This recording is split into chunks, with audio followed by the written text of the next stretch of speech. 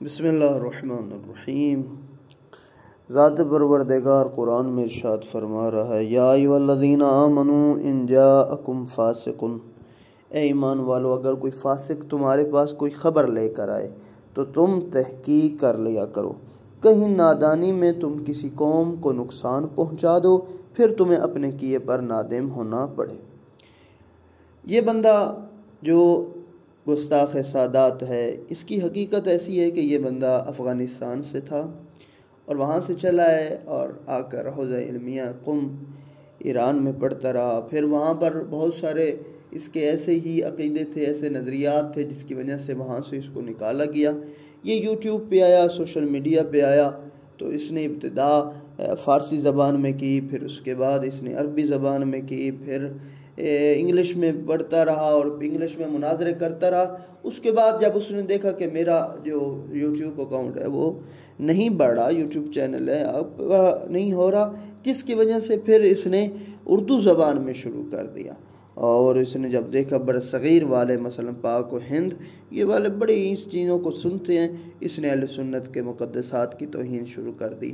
بہت سارے مناظرے کرتا تھا، کہیں بدتمیزی پہ آ جاتا تھا، کہیں گستاخی کر دیتا تھا۔ پھر اس کے پیچھے اصل مقصد کیا تھا؟ مرجعیت کو کمزور کرنا، لوگوں کو مرجعیت سے دور کرنا، مراجع کرام سے ان کی توہین کرنا اور اصل تشیع کی بنیادوں کو ہلانا مقصد تھا۔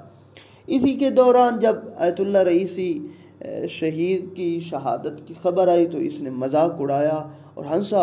حالانکہ امام صادق علیہ السلام سے ایک روایت ہے کہ امام نے فرمایا کہ ہماری اولاد کا احترام کرو، تو انہوں نے کہا کہ ابن رسول اللہ، اس سے مراد صرف امام ہے یا باقی ساری اولاد ہے؟ امام نے فرمایا نہیں، بلکہ اس سے مراد ساری اولاد ہے۔ پھر کہا شرط یہ ہے کہ ان کا احترام کیا جائے جو تقوی والے ہیں، جو صاحب عظمت والے ہیں، صاحب کرم والے ہیں، ان کا احترام کیا جائے۔ فاسق و فاجر جو بندہ گناہ کرتا ہے وہ سید کا احترام نہیں ہے۔ اور اس بندے نے گستاخی کی جس کی وجہ سے پورے مومنین کے قلوب کو زخمی کر دیا۔ جب پورا عالم، پورا کفر و نفاق و مشرک، ہر بندہ جو صاحب ضمیر تھا، چاہے سنی تھا چاہے شیعہ تھا، آپ نے دیکھا سوشل میڈیا کے اوپر کتنے ہی ایسے افراد تھے جو آیت اللہ رئیسی اور ان کی جو افراد ساتھ تھے رو رہے تھے۔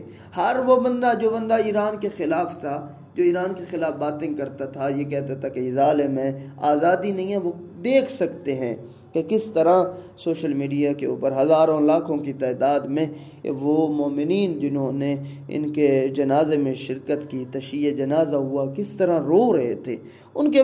بہرحال جو بھی تھا یہ ایک بہت بڑا نقصان ہوا تشیع کو۔ اور اس بندے کے مختلف شکلیں آتی تھی، کبھی امامہ، کبھی ٹائی کے ساتھ، کبھی پینٹ کوٹ، کبھی کسی حالت میں آتا تھا۔ صرف چند ایک چیزیں اس کو یاد ہیں جو اہل سنت کے اوپر مناظرے کرتا ہے۔ آپ جائیں، آپ دیکھیں سوشل میڈیا کے اوپر جب بھی اسے مناظرہ ہوا تو یہ چند ایک صورتوں کے علاوہ، آیات کے علاوہ کسی موضوع پہ بات ہی نہیں کرتا، اور اس کو نہ آتا ہے۔ اور ایسا بھی نہیں ہے کہ اس بندے کو جواب نہیں دیا جا سکتا، لیکن ہر کوئی بندہ جاتا ہے، جاننا چاہتا ہے اس سے بات کرنا، لیکن یہ آگے سے بدتمیزی کرتا ہے، ہنستا ہے اور اس کا مذاق اڑاتا ہے، جس کی وجہ سے لوگ اس کے قریب نہیں جاتے۔ اور اس آیت کے مطابق کہ جب بھی تم جاہل سے ملو تو سلام کر دیا کرو۔ اور اس بندے کا صرف اور صرف مقصد یہی تھا کہ مرجعیت کو لوگوں کو دور کرنا، اس سے مراجع کرام کی توہین کرتا تھا، الزام تہمت لگاتا تھا، کبھی کوئی الزام لگاتا، کبھی کوئی۔